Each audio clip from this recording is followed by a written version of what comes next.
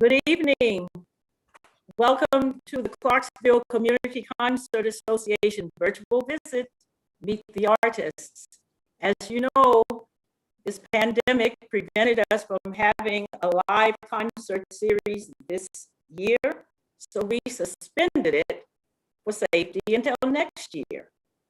And we are pleased that our 70th anniversary, which is the 2021-22 season, Denyce Graves will be one of our featured artists. We are so happy that we have this great American soprano, mezzo soprano here today with us for a virtual visit. Many of you know that as an American mezzo soprano, Denyce Graves Montgomery just delights audiences on opera, concert, and recital stages around the globe.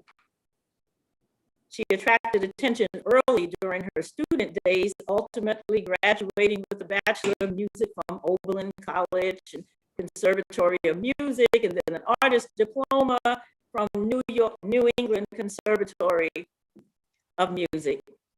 And she has earned, I'm going to say earned, several honorary doctorates from the New England Conservatory, Oberlin College, James Madison University, Centre College, William and Mary College, and College of St. Mary.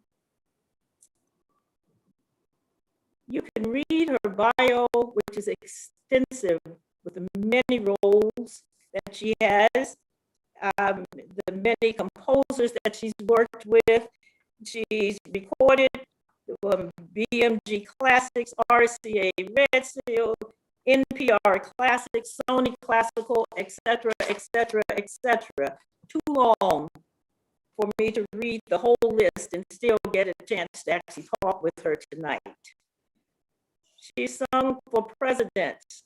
President George Bush appointed Denyce as the U.S. Cultural Ambassador, and she toured Greece, Germany, Venezuela, offering master classes and workshops. She sung for Ruth Bader Ginsburg's funeral. Quite across the whole spectrum here. I'm going to just begin this interview without reading the many, many, many, many, many other myriad of accolades. But I will say that she just celebrated 25 years, her 25th anniversary at the Metropolitan Opera. She'll be returning in the fall as Mariah in Porgy and Bess, that she rolls upon Cell Distinguished Faculty of Peabody Conservatory, and in November was appointed to the Juilliard faculty as a distinguished visiting faculty member. So, Denyce, I welcome you. And what I didn't put in your bio is that we go back a long time. Welcome. Thank you so much for having me, and it is such a joy for me to just look at your face. I can't even believe it. What you all have to know is that Gail has made some sort of pact with the devil. I swear to goodness, you have not aged since I knew you, and I met you when I was 13 years old. So, okay. I mean, you look just fantastic, and it's just so wonderful to see this relationship really come full circle. You know, you have cared and supported me from the very, very beginning, and I am eternally grateful. Thank you so much for engaging me to come for your 70th anniversary. It's been wonderful to be friends and to be in touch with you over these many years, and to have had this relationship start out when I was a student in high school at the Performing Arts School. And then here we are today. It's just so gorgeous to be looking at you.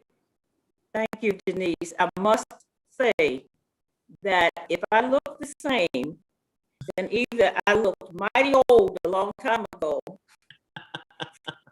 or you need to see your eye doctor, or you're quite the charmer. But thank you. Let's go back there. Speaking of which, the way I started thinking about how to craft this interview, I think of you as a flower. And yes, we go back to the roots, but then you blossomed. So I want to talk about your roots, the blossom, and how many stages you have graced your presence with, and how beautiful that is. And then how you were nurtured. And then your future plans, because you seem to be kind of an evergreen here that just keeps on growing. That's really. So let's talk about your roots. Yes, we met when you went to Duke Ellington School of the Arts in Washington, D.C., a D.C. public school. And I think today's school systems needs an advocate. So I think you are kind of a poster child for what a public education can produce when there are the right resources and the right people. Can you speak to that? Well, first of all, I will say that you were amongst those nurturers. You know what I remember about you is that you always have an incredible sense of humor. And what I remember about you is I remember you laughing a lot. Yeah, just like that. I remember you laughing a lot and having just this fantastic spirit and this can-do attitude about everything. I actually met you before I became a student at the Duke Ellington School. That was back in 1979, believe it or not. During the summer. We went to Mexico? No, we did. I didn't. I wasn't part of that group. But I was there for the summertime as part of the a summer program that was instituted by Marion Barry, actually. Marion Barry. Yes. And I was there that summer at the Duke Ellington School, and then became part of the DC Youth Chorale. But I was part of a summer program. I remember that program. I was there at that program, and then part of that program was attending the school in the summer. So that was in the summer of 1979, and that's actually where we met. And then I became part of the DC Youth Chorale after that. And then that following year, I was enrolled in the Duke Ellington School.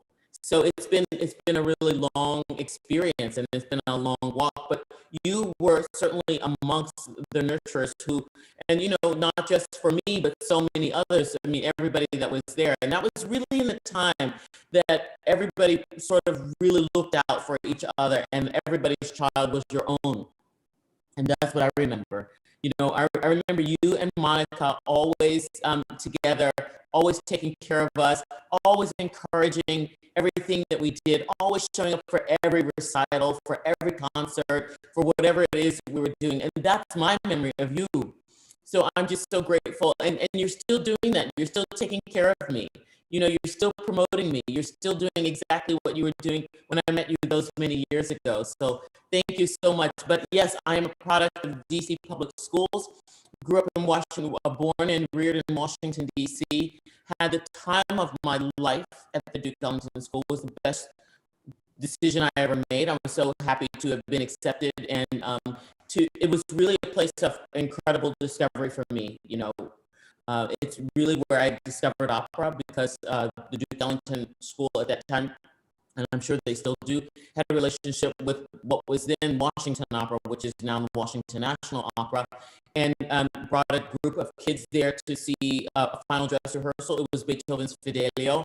I saw that. It was where I heard my first opera recording of Leontine Price. It was there at the Duke Ellington School. It was where I learned my first aria, where I heard, it was where I had my whole musical awakening was really there. I mean, I came from a family growing up in the church where there was definitely music around us all the time, but it was really at the Ellington School and the work with the DC Youth Chorale that really opened me up to a whole new part about making music and creating art. So I'm forever indebted and grateful to you and to Monica and to all those wonderful, fantastic teachers that Loretta Young, who we just lost not so long ago, who was my very first voice teacher, and Ramona Matthews, who was amazing. And I remember once I had to make a recording for something, and we stayed in that room. We started at 3 o'clock and we ended at 11 p.m. And we just kept doing it over and over and over. That incredible kind of Judith Grove, oh my goodness, that incredible dedication that you all have had for the students. And this is what it looks like when you pour that kind of love into someone. So thank you. My gracious. And you had Judith Grove as a teacher. She followed you or you followed each other. She was your kindergarten elementary school teacher? Kindergarten. Yeah, kindergarten. First day of school, she was one of the first people that I met. She was my music teacher from kindergarten, and we followed each other until I graduated from Ellington, where she became the vice principal, the assistant principal there. It was incredible. And I remember Judith just coming. You spoke of Monica, who sends her regards, by the way. Oh, thank you so much. I just remember Judith as the assistant principal coming down to the DC Youth Chorale office and just saying, okay, Monica and Gail, look, we need to get this girl, Denyce, you need to hear her. I'm having her at my church. And the only thing we would say is, when, Judy? And we were there, and the church was full, and you were just singing. You all had money to put me through college. That is what those efforts did. You know, those women, all these wonderful moms that I've had, who, you know, really saw to it that I continued on in music, and you and Monica and Judy and all the women from the Culture Club, and who raised money so that I could go to school. And look what blossomed. Look what blossomed. Wonderful. We are just tickled every time we see your name in lights. But the interesting thing for me is that so many mezzos that I've met along the way always wanted to be a soprano. You seemed always comfortable within your own skin and your own voice.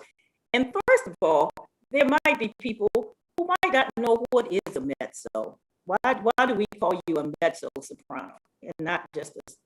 Well, exactly. Mezzo really means medium. It also means half. Sopranos like that. They like soprano, right? But it has a lot to do with the range. So it has a lot to do with the color of the instrument, the size of the instrument, that sort of thing. And so, no, I was never a soprano, not ever, not even from the very first day. I have this incredible, you know, low voice and strong middle voice, and that's always been where the strength of my particular instrument has been. And so that was clear from the very, very beginning. So I am a soprano of sorts, but a medium or a lower soprano. With a very, very different sort of, you know, color and texture to the voice. So a mezzo soprano is a medium soprano, or, you know, half soprano. You're by no means half of anything. You are full. So let me ask you, how did you go? I remember you as being dependable. You were always there. If we called on you, you were there. Thank you. But I don't remember you being assertive and being the diva. You were just a little introverted. And I'm wondering, how did that introvert, shy person who was always there become Carmen and Samson and Dalila? How did you find that? Well, they found me, and for sure, and they made a woman out of me. That's I've said that many times, and I believe that I certainly became a woman through having to portray Carmen. There's no question about that. It was not my nature to find myself on at center stage, not at all. I was incredibly inward and quiet and shy. But, you know, I would say that certainly being at Duke Ellington was a real big awakening for me. I remember there was this sort of contagious environment of, people were forming groups and people were always practicing. The day that I came to audition there, I remember that very, very well. And there was a trumpet player named William Fluker. I don't know if you remember him. Yes. Remember him? Yeah. He was outside under the tree. And I remember seeing a dancer stretching out, doing exercises. And there was this fantastic atmosphere from the moment that I walked through the front door. And I thought, these are my people. This is exactly, where I belong. I felt like for me, the Duke Ellington School was a real haven. And then there were, people were always practicing. Nobody was asking them to do it. People were doing it because they loved doing it. And I would say that I really caught the fever there, being in that environment. I remember I used to get to school at 6 o'clock in the morning so that I could practice. There was a wonderful guy named Steve Mungo, and he played bassoon, and he was always there in the practice room. And when I saw how hard everybody was working and how dedicated people were, I found that environment contagious. And it really wasn't until actually Kelvin Page played a huge role in my life, believe it or not.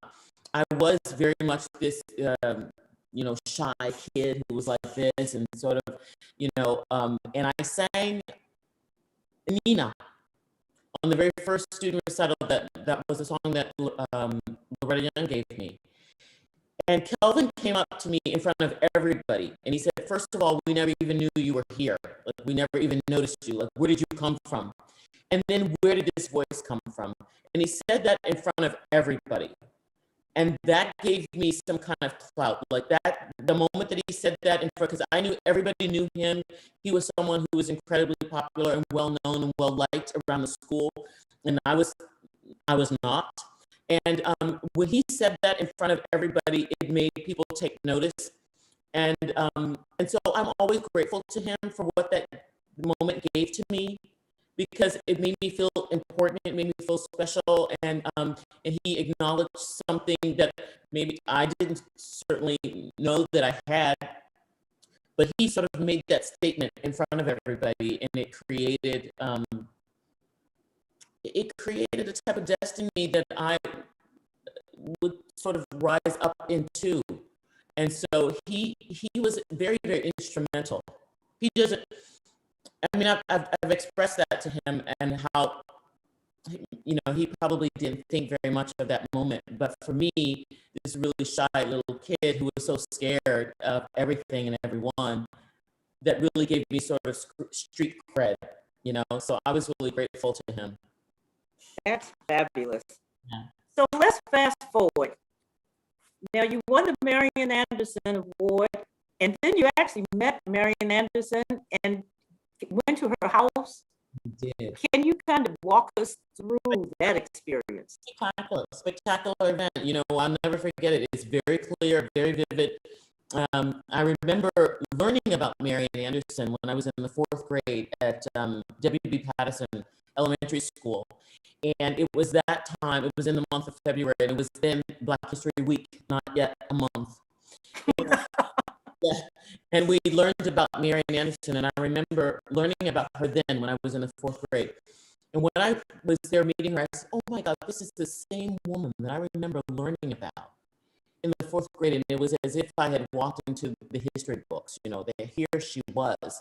I learned about her so long ago, and now I'm actually in her home, face to face with this icon, this amazing woman who changed, who changed so much in classical music for all artists, but certainly for African American artists. And here I was in her home. I mean, I couldn't even believe it. And that she was calling me by my name, and I was so nervous and so scared to meet her, and I didn't know what we were going to talk about or what I was going to say. And she had a nursemaid there taking care of her, because at that point she was already she was sort of in the twilight part of her life.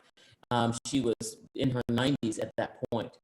and I was so nervous and I couldn't sit still, and I asked to go to the ladies' room. And then when I was walking out of the ladies' room, going into the salon where I was going to meet with her, I could hear behind me the clicking of a walker. And then I heard this incredible voice. I knew that that had to be her. But then I heard this voice that said, "Are you Denyce Graves?" And then to turn to see this teeny tiny little woman with this big, enormous, booming, resonant voice that was still intact, that was still what it was. I had the feeling she could just still sing if she wanted to, but that voice had such command in it, such commanding presence that it made you turn around and, just sort of tremble in her presence. You knew that you were in the presence of a great human being, a great figure. And I knew that. I could feel that. I could feel the energy of who she was, the strength of who she was. The body was frail, but the strength of who she was very, very much intact. So, I wanted to talk to her about the career and about business, and she didn't.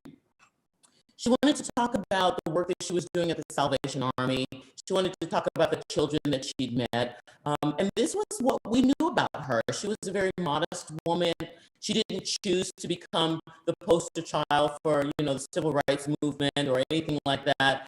But she was chosen. She was chosen because of that, because she was incredibly humble and, and unassuming. She was very, very, very well prepared, beautiful, elegant woman that, became this incredible, iconic figure. And even then, she was not interested in talking about her accomplishments and what her life had been. She was interested in talking about what she was doing right now and how she could continue to give to the next generation Oh my gosh. Let me interrupt. I see a question here. In fact, it's from Monica. Oh! Yeah, she said, Denyce, did you work with Tal and the opera workshop, Talmadge Fauntleroy, when you were at Ellington? You weren't in the... No, I wasn't. This isn't a name that I know. No, I didn't have that pleasure. No. Okay. But you mentioned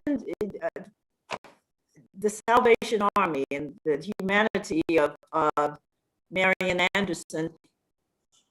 Aren't you kind of going along that path with Mary Caldwell Dawson? Oh, well, thank you so much for saying that. This woman, Mary Caldwell Dawson, who had been largely a hidden figure, and I think still a hidden figure to so many people, this pioneer whose, narrative has remained untold until now. There are some people who remember her, but she was largely sort of forgotten. And now, so who is she? Oh my goodness, this incredible woman, this incredible artist, this incredible brave soldier, this trailblazer, this entrepreneur, this visionary woman who was a singer and a pianist, and actually went to my alma mater, to New England Conservatory. She graduated in 1925. She set out to make a name for herself in the industry, but racism at that time really paralyzed any opportunity that she could have had. So, she decided she was going to do something about it. And so she went to and started her own opera company in Pittsburgh, the National Negro Opera Company, which still is standing today in Pittsburgh. This company gave jobs to hundreds and hundreds of people, to singers, to instrumentalists, to conductors, to directors, to designers, to costume designers, to makeup artists. And then she also had a music school, and she taught over 600 kids music, and piano, and flute, and violin, and viola.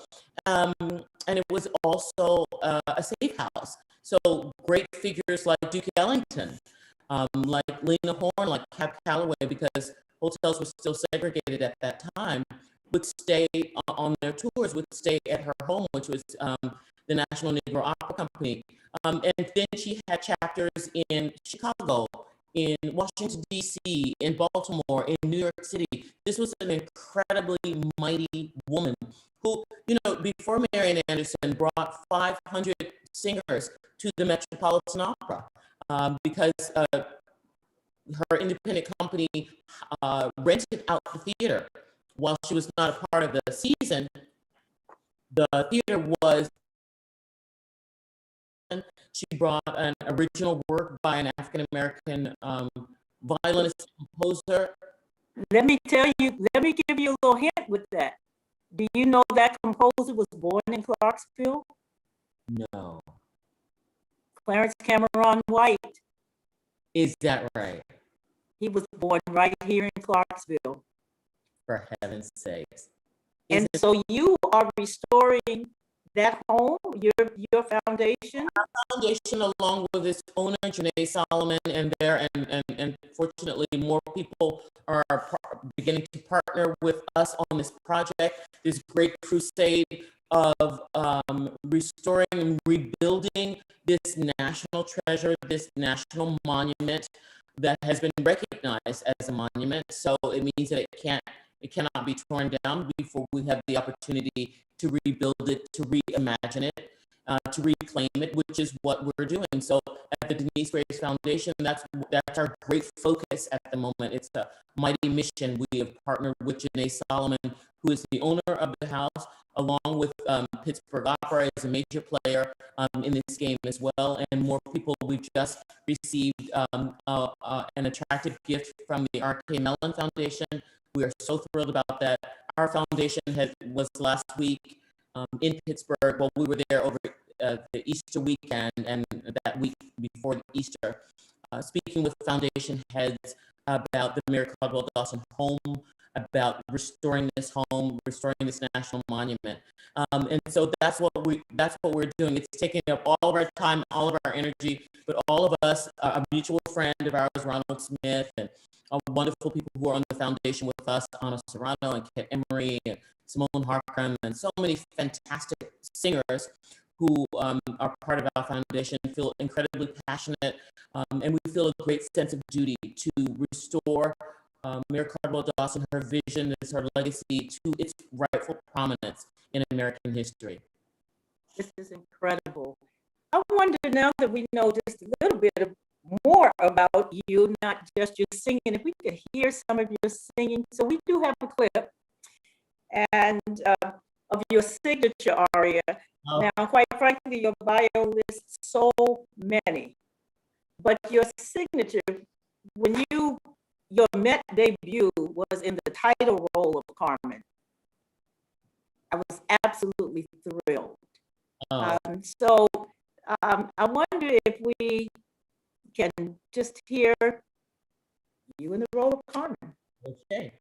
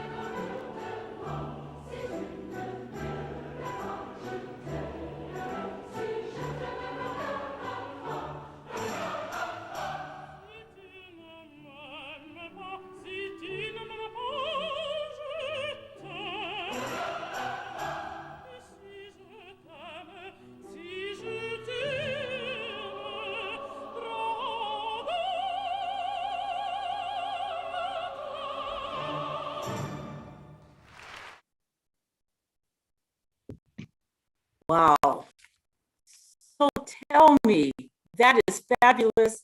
And I think even those who pretend that they don't appreciate the art form of opera love, love to hear you sing that. But how do you introduce yourself to audiences who are not steeped or immersed in that art form or exposed to it and maybe have a preconception that they don't like it? Yeah, it's true, and I recognize that some people may feel that way. When I was younger, doing my apprenticeship with Houston Grand Opera as a young artist, one of the things that they would do is send us out often on these educational outreach, and we would have to go perform in every place, community centers, prisons, you know, elementary schools, junior high schools, and that's where you really learn to cut your teeth and how to hold an audience and how to engage an audience. Because, singing for a group of like 12, 13-year-olds, that's a hard audience, man. That is hard. They let you know quick, fast, and hurry. The little ones too. And so you quickly learn that you really have to be authentic and honest in what it is, because people can feel the truth. I've always said that the stage is a magnifying glass, and I think that you cannot lie. People can tell if you're really engaged, if you're totally committed, if you're sincere with the story that you're telling. The truth is loud and strong, I think, and it always comes through. So the first thing that I would say about that is really, sing something that is meaningful to you, that resonates with you, that you feel that you can authentically tell that story. Because if you can't, we all lose, right? It's important that you're able to deliver it in an authentic way. So I think that's one of the first things that's super important. I think that there's a lot of intimidation around opera, and people think that they're not going to like it until they have the opportunity to hear it. Particularly with that role of Carmen, as you and I were talking, it's just this opera that sort of won this worldwide approval. There's one beautiful melody after the other, and people don't realize that they've heard so much of it in commercials. They've heard it in on elevator music. They've heard it in music, in film. It's been all around us. And sometimes I hear people say, "Oh yeah, I know that song. I've heard that before. I've heard that somewhere before." We've grown up with it all around us in video games, on television, and all theater, and it has really infiltrated in our lives. But I think that, if you think you're going to go listen to a French opera or an Italian opera, you think, gee, that's not a language that I speak, and I'm not going to understand what's going on. And thank God now, for most theaters have the subtitles, which has been a game changer, I think, because never before have we heard so much laughter in the opera house. This was BC, obviously, before COVID, right? But now you can tell that the audience is actually experiencing it with you. And I think that if you're doing your job well, one of the things that I used to do as a young artist when we would go out on these educational outreach, sometimes we would just sing something and ask the kids. We wouldn't explain anything about it, and ask, from what you saw, what do you think this song was about? And if we were really, really good at it, they always got it right. They always got it right. So that's what I tell my students too, that's our job. It's not the job of the audience. It's our job to be honest and authentic and to tell the story in such a way that people understand. Because understanding doesn't have to do so much with language, right? Music is a different kind of a language. It's a universal language of the heart and of the souls. And you spoke about my being a cultural ambassador. One of the things that sometimes it would put me in a country where I didn't speak the language, and other people didn't speak my language, and we found a way to communicate. We found a way to communicate and to be understood through music. So I think that that's what our job is, to make it so clear and we have to know, of course, every single solitary thing that we sing, every single word that we sing, we have to really understand deeply what it is that, what the story is that we're telling. So that, because that honesty, that authenticity is what draws people in and brings people to the profession.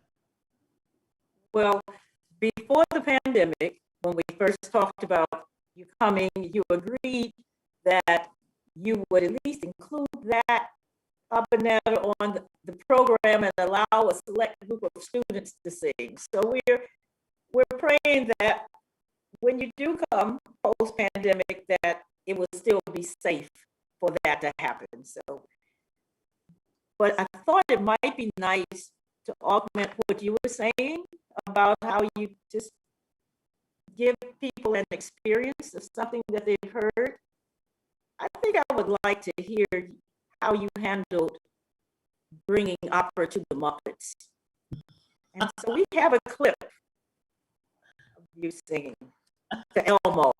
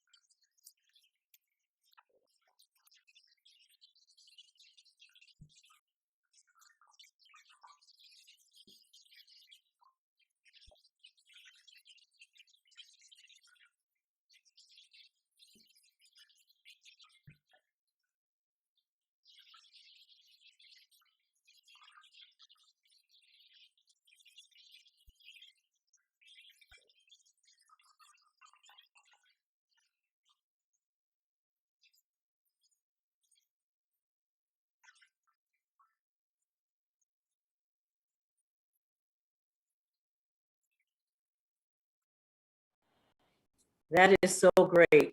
So Denyce, you've been all around the globe. I don't know, 5, 6 continents, who knows? And you still sing with Sesame Street with Elmo. And what also impresses me is, number one, you actually remembered me besides that, and that blew my head, pretty big. But you are so down to earth. And then during the pandemic, you opened up your house, your family, and cooking. So you're a mother, you're a singer, you're a wife, you're a cook. You do all of these things, and you seem to have a passion for each. And it just gives, you just keep on giving. Number one, I want to know before anything about that, what feeds you? Because you're feeding us with so much joy. What feeds you? You, people Oh, like Lord. people like you, kindness, the generosity of people, just walking out in the street and somebody who smiles at you, the people who come to your performances and, you know, spend $350 on a ticket and buy a nice dress and get in a car to come downtown and trying to find park and go out to dinner, and who sit through the opera and then who wait online backstage, you know, for 45 minutes to come meet you and or to tell them how your work has affected them. Those people, just people. I'm very, very moved by kindness and generosity in people, and I want to live my life. Gail, you and I know each other for so long, and we know that we were coming up when I was at Ellington during the AIDS, epidemic, and we lost so many spectacular human beings, so very, very many, including, you know, two of my dearest friends, you know, Andre Proctor and Dara White. Yes. And we certainly know now, during this pandemic, the fragility of life. And we just don't know how much time we have here. And I believe that life is a gift, that it's a gift. And I've been so fortunate in my life to have met wonderful people like you, like Judy Grove, like Monica Anderson, like Elaine Todd, you know, like all these wonderful people who really took me under their wings and poured their hearts and have loved and was invested in my success.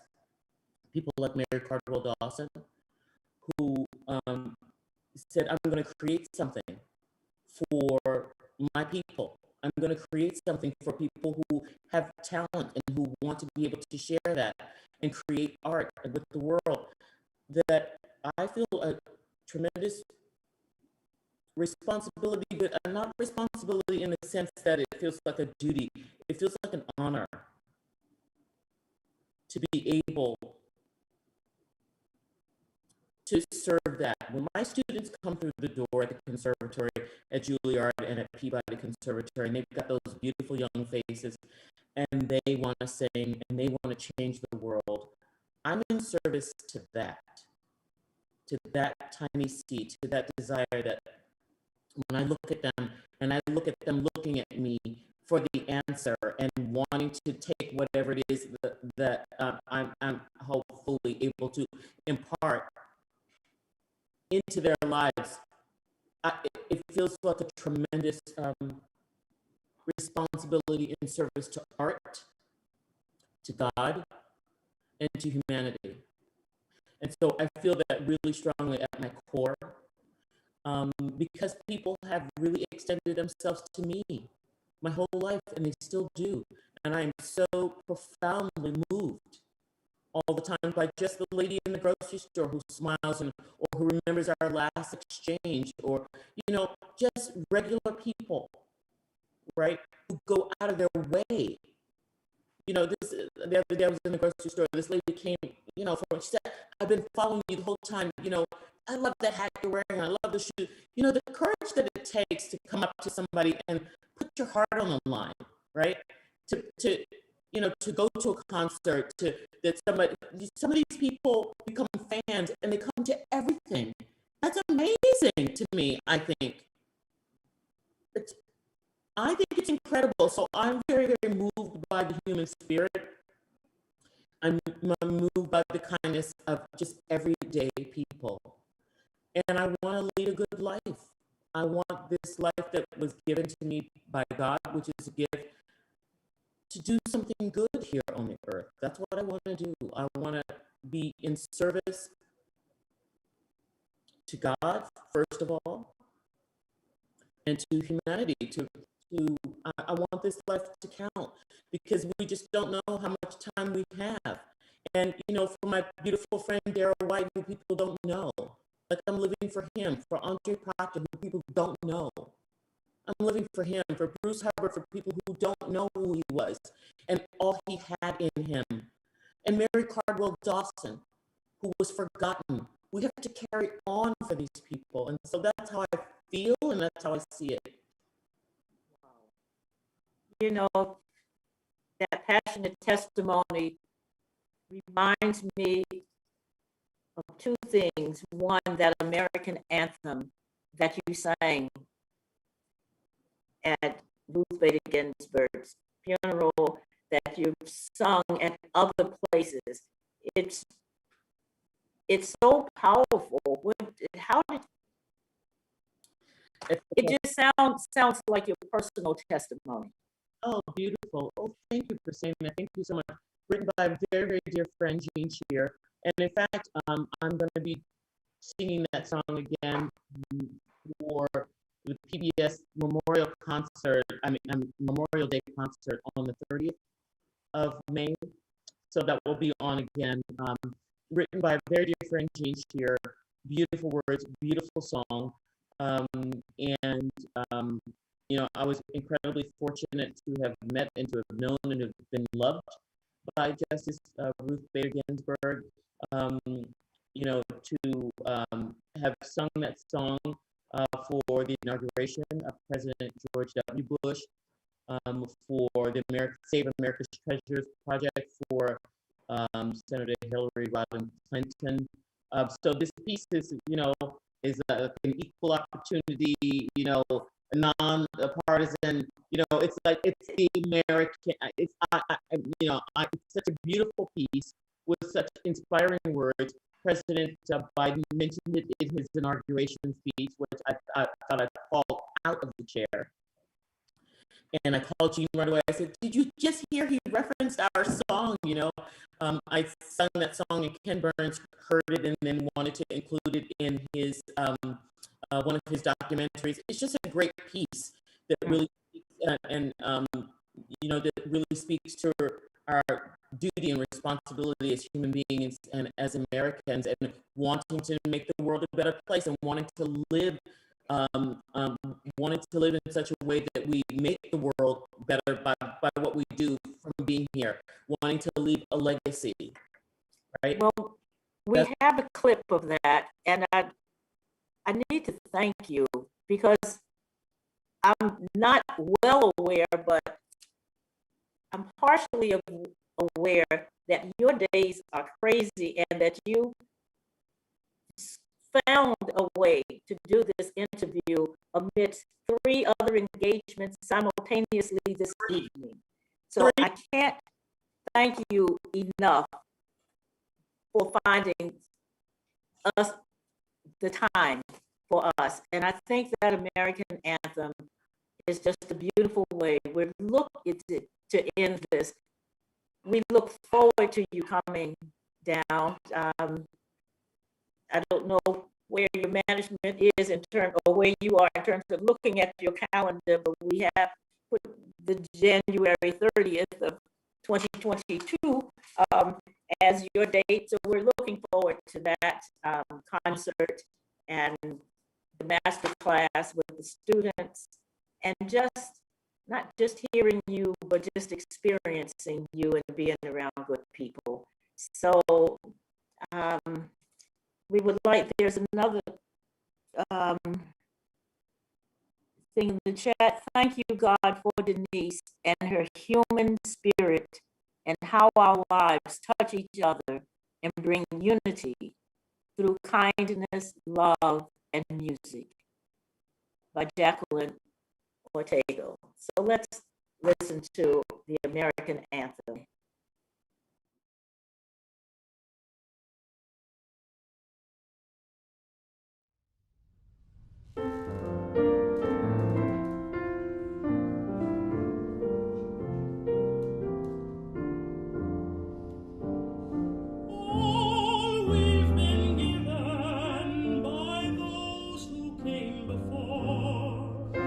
The dream of a nation with freedom.